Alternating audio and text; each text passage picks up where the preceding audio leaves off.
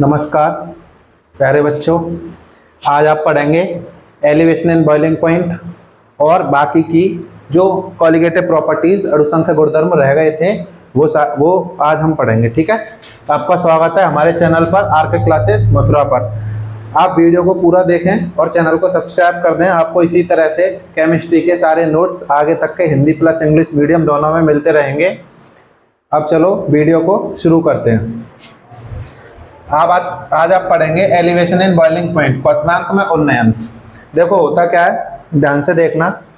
When a non volatile solute, यानी कि कोई अवाष्पशील विलेय जब वॉलेटाइल लिक्विड में घोला जाता है तो उसका बॉइलिंग पॉइंट उसका बॉइलिंग पॉइंट बढ़ जाता है। ठीक है ना, उसी को हम क्या कहते हैं, elevation and boiling point. Elevation का मतलब होता है इंक्रीज होना। ठीक है, जब किसी वाष्पशील द्रव में अवाष्पशील विलेय मिलाया जाता है तो उसका क्वथनांक बढ़ जाता है, इसे क्वथनांक में उन्नयन कहते हैं। डेफिनेशन समझ में आई? कोई ऐसा लिक्विड जो बॉयल नहीं होता उसको एक ऐसे लिक्विड में डाल दिया जो बॉयल होता है, जब उसको डाल देंगे तो जो सॉल्यूशन बनेगा उसका बॉइलिंग पॉइंट बढ़ जाता है।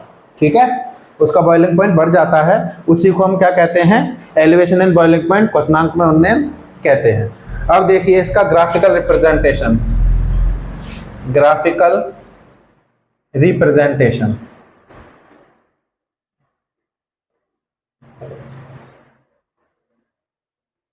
ग्राफीय निरूपण। देखो इसको ग्राफ के द्वारा कैसे दिखा सकते हैं ये समझेंगे अब आप। ठीक है, ये देखो इधर आप लेंगे बॉइलिंग पॉइंट। ठीक है, इधर आप लेंगे बॉइलिंग पॉइंट और इधर आप लेंगे टेम्परेचर। इधर टेम्परेचर लेंगे, ठीक है, इधर वेपर प्रेशर लेंगे। अब देखो यहां से इस तरह से आपको लाइन खींच देनी है और इस तरीके से ग्राफ बना देना है। ठीक है, ये है प्योर सॉल्वेंट के लिए, ये प्योर सॉल्वेंट के लिए है और ये है सॉल्यूशन के लिए, ये है सॉल्यूशन के लिए।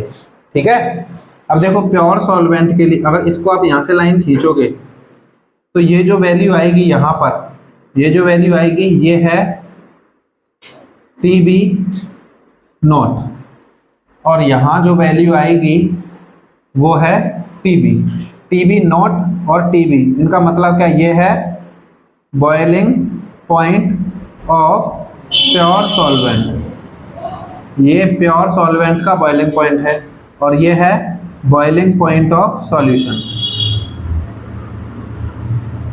Boiling point of solution. अब देखो सॉल्यूशन का बॉइलिंग पॉइंट ज्यादा है ना और सॉल्वेंट का कम है, तो इसका अगर आप डिक्रीज निकाल दें यानी कि TB माइनस TB नॉट कर दें तो वो क्या आ जाएगा, एलिवेशन इन बॉइलिंग पॉइंट आ जाएगा। यानी कि delta TB equal to TB minus TB not.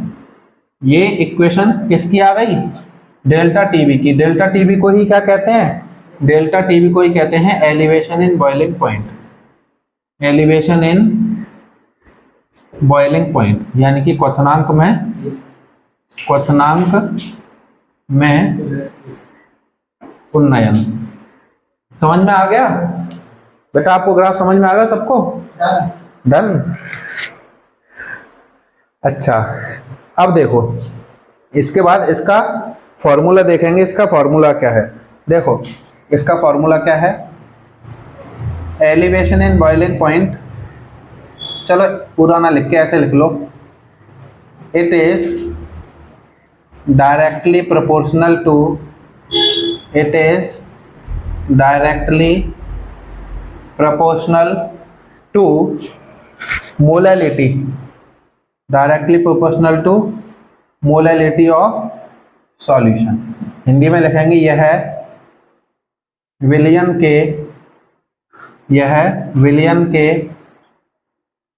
मोललता के समानुपाती होता है, मोललता के समानुपाती होता है, समानुपाती होता है। ठीक है, ये मोललता के समानुपाती होता है, यानी कि डेल्टा टी बी की value is directly proportional to molality. m क्या है, स्मॉल m से ही तो दिखाते हैं मोलैलिटी को, पढ़ा था ना मोलैलिटी, स्मॉल m। अब एक बात बताओ, जब भी प्रोपोर्शनल रखता है कुछ ना कुछ तो आता है, जब भी प्रोपोर्शनल से कुछ ना कुछ आता है, तो यहाँ क्या वैल्यू आती है, के बी आती है, K B into M. M molality है, ठीक है। के बी को क्या कहते हैं, के बी को कहते हैं ई बुलियोस्कोपिक कांस्टेंट। क्या कहते हैं, ई बुलियोस्कोपिक कांस्टेंट, ठीक है, या मोलल एलिवेशन कांस्टेंट, ये इसका नाम है ना। बहुत इंपॉर्टेंट पॉइंट है ये। हिंदी में इसको कहते हैं मोलल उन्नयन स्थिरांक, हिंदी में इसे कहते हैं मोलल उन्नयन स्थिरांक। अब एक बात बताओ, अगर आप m की वैल्यू पुट कर दो, मोलैलिटी का फॉर्मूला, तो डेल्टा टीवी का क्या फॉर्मूला बन जाएगा, इज इक्वल टू के बी। अब मोलैलिटी का फॉर्मूला लगा दो, मोलैलिटी का फॉर्मूला क्या है, स्मॉल w यानी कि mass of solute upon capital W, molar mass of solute, into capital M, mass of solvent in KG, है ना, और ग्राम में लेने के लिए ऊपर 1000 का मल्टीप्लाई करते थे, यही तो फॉर्मूला है। तो ये इसका कंप्लीट फॉर्मूला बन गया, ठीक है। अब एक बात बताओ, ये तो हो गया। अब इसके बाद ये जो के बी है, अगर के बी का फॉर्मूला में लगाएंगे आप, अब लगा लो आपने के बी का फॉर्मूला निकाला, के बी इक्वल टू क्या आ जाएगा, delta T B upon M, delta T B upon M. ये मोलल एलिवेशन कांस्टेंट यानी कि मोलल उन्नयन स्थिरांक की वैल्यू आ गई, है ना, फॉर्मूला आ गया। अगर आप इसकी डेफिनेशन बनाना चाहें तो कैसे बना सकते हैं, इसकी डेफिनेशन कैसे बना सकते हैं, m की वैल्यू अगर 1 हो जाए, अगर मान लो if m बराबर हो जाए 1, तो यहाँ से जो के बी का फॉर्मूला बनेगा वो क्या बनेगा, डेल्टा टी बी तो बनेगा, डेल्टा टी बी बनेगा। यानी कि अगर आप इसकी डेफिनेशन लिखना चाहें तो इसकी डेफिनेशन क्या लिख सकते हैं, it is the elevation in boiling point of any solution in which molality is 1, molality जिसमें 1 होती है, मोललता जिसमें 1 होती है, ऐसे विलयन के एलिवेशन इन बॉइलिंग पॉइंट यानी कि क्वथनांक में उन्नयन को हम क्या कहते हैं, मोलल एलिवेशन कांस्टेंट कहते हैं। डेफिनेशन यहां लिख दूं, इसकी डेफिनेशन यहां लिख देता हूं, ठीक है, किसकी, इसकी के बी की। यहां के बी की डेफिनेशन लिख रहा हूं मैं, क्या लिखेंगे, it is the elevation in boiling point of any solution whose molality is 1, whose molality is 1 लिख दो या यूनिटी लिख दो, है ना, यूनिटी हिंदी में लिख दूं, जिस विलयन की मोललता एकांक मतलब 1 होती है, उसके क्वथनांक में उन्नयन को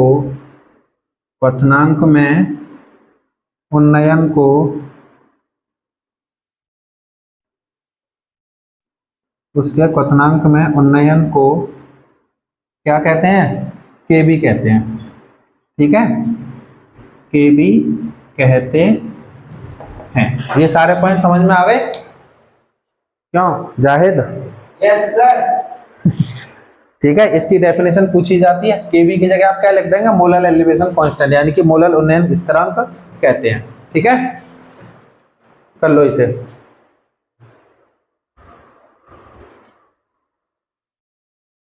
देखिए आगे है डिप्रेशन इन फ्रीजिंग पॉइंट यानी कि हिमांक में अवनमन। डेफिनेशन इसकी जैसे अभी एलिवेशन इन बॉइलिंग पॉइंट की थी ऐसे ही है।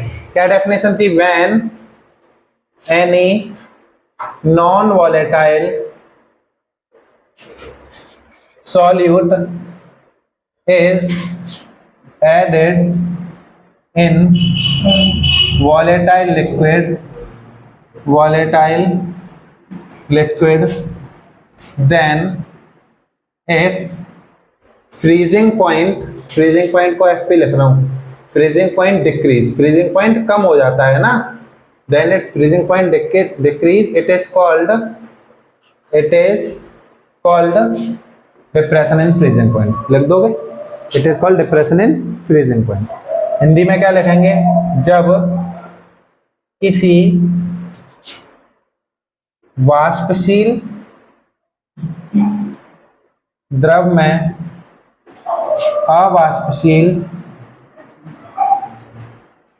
अवाष्पशील विलेय डाला जाता है तो विलयन का हिमांक मतलब फ्रीजिंग पॉइंट, जिस पर कोई भी बर्फ बन जाता है, जम जाता है ना कोई भी चीज, उसको उसका हिमांक कहते हैं, फ्रीजिंग पॉइंट कहते हैं। विलयन का हिमांक कम हो जाता है, इसे ही हिमांक में अवनमन कहते हैं,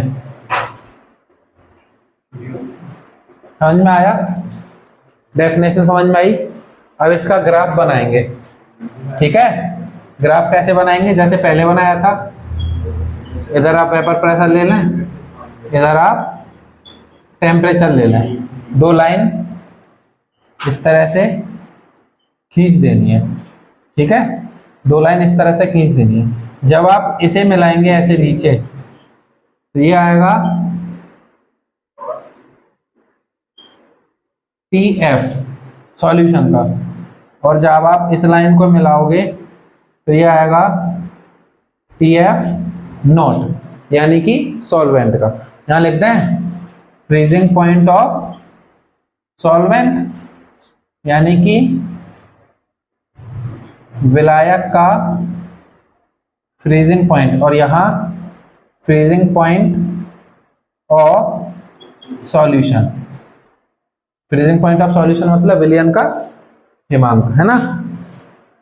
अब वही जैसे वहां निकाला था ना डेल्टा टी, भी ऐसे ही आएगा डेल्टा TF, ये आएगा इक्वल टू किसके, देखो यहां इसका सॉल्वेंट का कम है ना, सॉल्वेंट का ज्यादा है ना, तो डेल्टा TF बराबर TF नॉट माइनस TF आएगा, है ना? जो ज्यादा है उसी में से तो कम करेंगे आप, ये आ गया।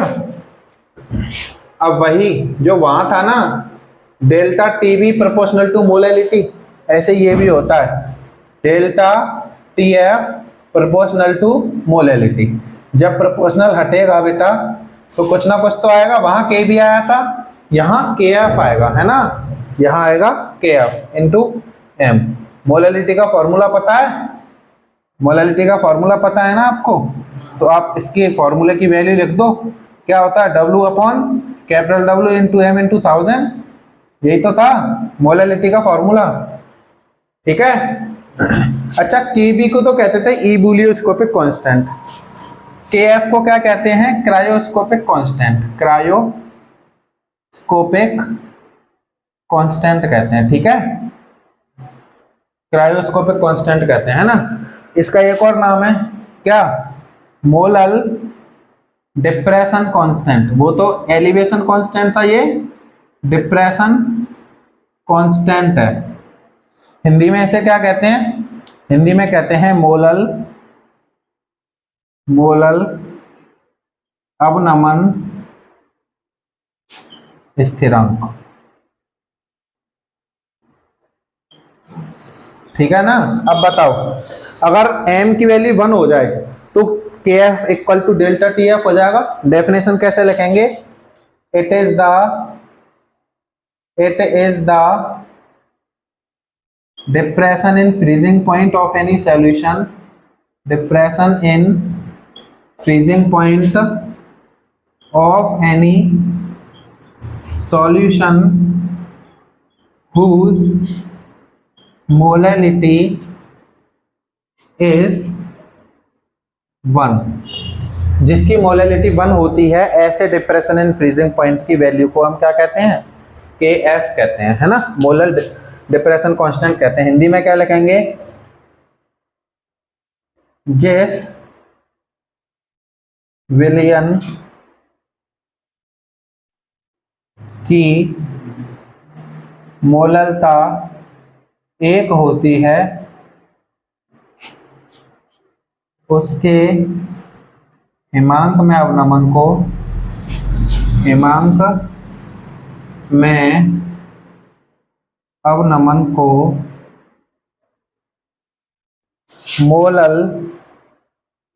मोलल अवनमन स्थिरांक कहते हैं।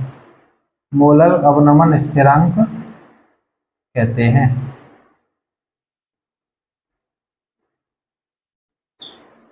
अब बताओ, आया समझ में? Yes sir. सेम है ना उसी की तरह? Yes sir. उसी की तरह सेम है बस थोड़ा बहुत चेंज है ना। कर लीजिए इसे जल्दी से, आगे बढ़ते हैं फिर।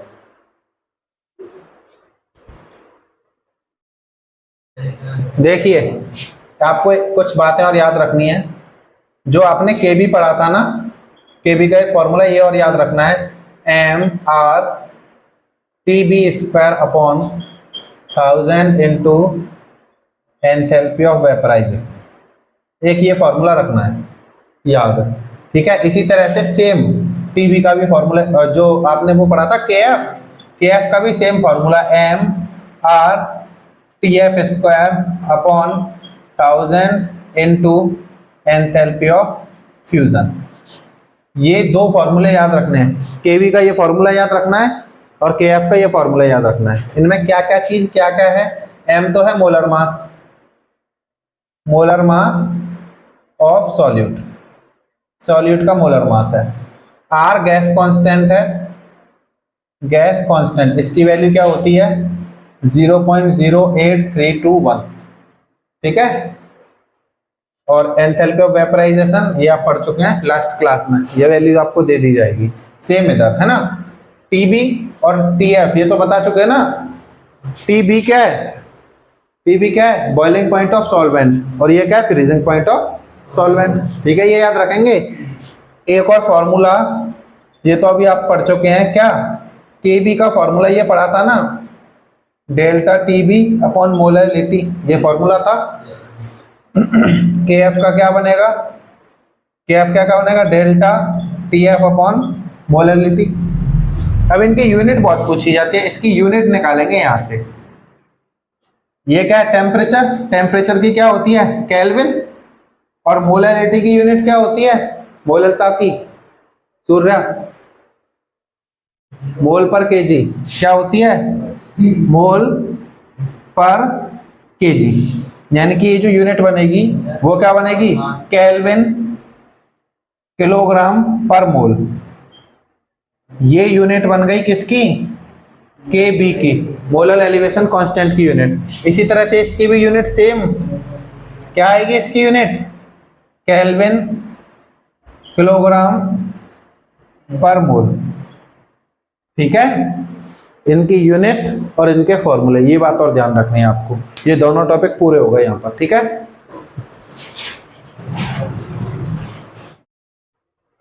देखिए, जो 4th यानी कि चौथे नंबर की जो आपकी कोलिगेटिव प्रॉपर्टी थी, है ना, चौथे नंबर की कोलिगेटिव प्रॉपर्टी, वो है ऑस्मोटिक प्रेशर, परासरण दाब। तो इसको समझने से पहले ना आपको एक प्रोसेस समझनी पड़ेगी, ऑस्मोसिस, ठीक है। ऑस्मोसिस मतलब परासरण क्या होता है,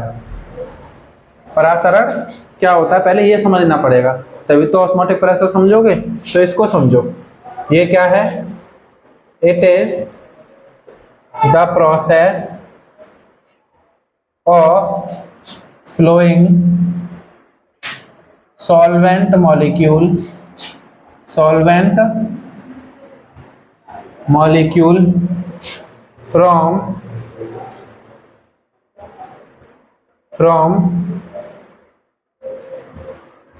lower concentration to higher concentration, from lower concentration to higher concentration of solution. उच्च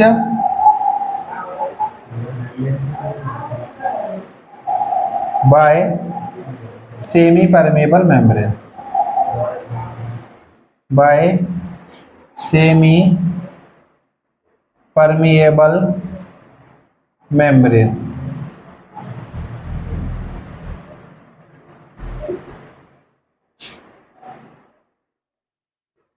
अर्ध पारगम्य झिल्ली द्वारा विलायक के कणों का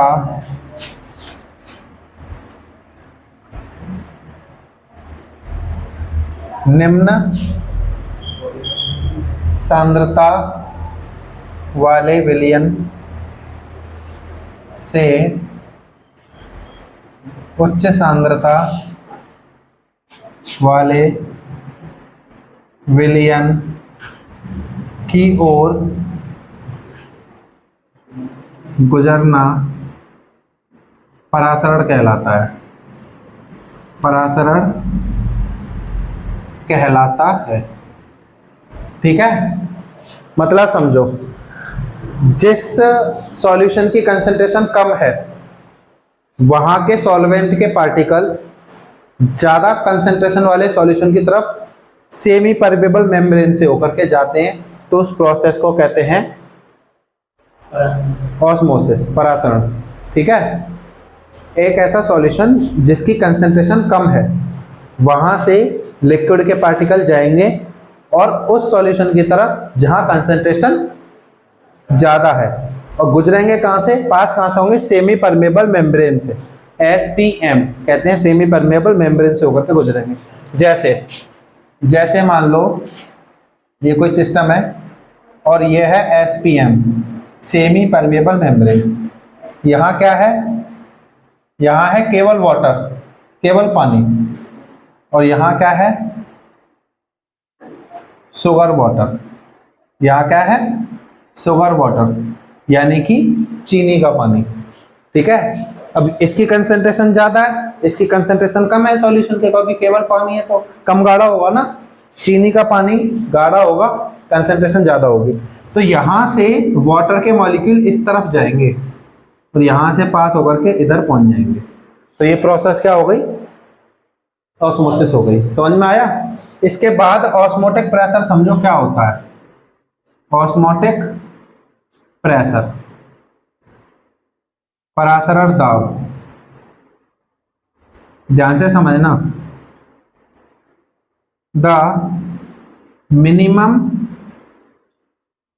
external pressure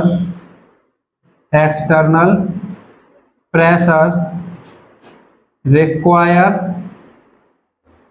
to stop osmosis is called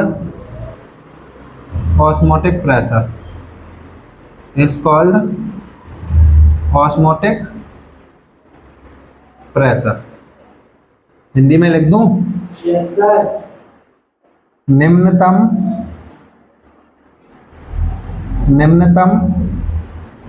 बाहरी दाब जो परासरण रोकने के लिए लगाया जाता है,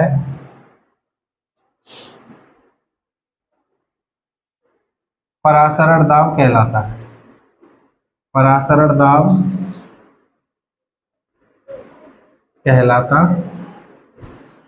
ठीक है, ऑस्मोटिक प्रेशर क्या है, ऑस्मोसिस को रोकने के लिए जो प्रेशर लगाना पड़े आपको वो है ऑस्मोटिक प्रेशर।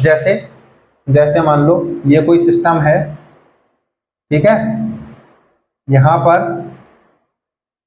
ये मान लो पिस्टन लगा हुआ है, पिस्टन मतलब जिसको दबा करके प्रेशर लगाया जाता है, और ये है SPM, सेमी परमेबल मेम्ब्रेन, और ये दो लिक्विड हैं।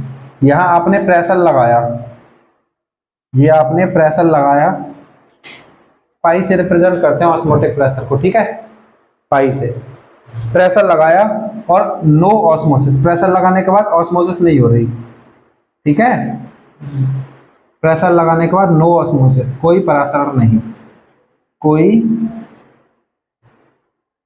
परासरण नहीं, तो इसी को क्या कहते हैं, जो प्रेशर लगाने पर परासरण नहीं होता, ऑस्मोसिस नहीं होती, उसे क्या कहते हैं, ऑस्मोटिक प्रेशर कहते हैं। समझ में आया ऑस्मोटिक प्रेशर? इसका फॉर्मूला और समझ लो, ऑस्मोटिक प्रेशर का फॉर्मूला, ऑस्मोटिक प्रेशर का फॉर्मूला होता है पाई इक्वल टू mRT। क्या होता है? ऑस्मोटिक प्रेशर का फॉर्मूला होता है पाई इक्वल टू mRT। लिख दूं, pi equal to mRT। m क्या है? Molar mass of solvent, r gas constant, t temperature, ठीक है। ये फॉर्मूला ऑस्मोटिक प्रेशर का हो गया, इसे नोट कर लो। फिर इसके बाद आगे बात करेंगे अगली वीडियो में। वीडियो देखने के लिए आप सबका बहुत बहुत धन्यवाद। कृपया चैनल को, हमारे चैनल को RK क्लासेस मथुरा, इसे फॉलो करें। यहाँ से आप हिंदी प्लस इंग्लिश मीडियम दोनों की केमिस्ट्री के सारे नोट्स वीडियो सहित, एक्सप्लेनेशन सहित प्राप्त कर सकते हैं। धन्यवाद।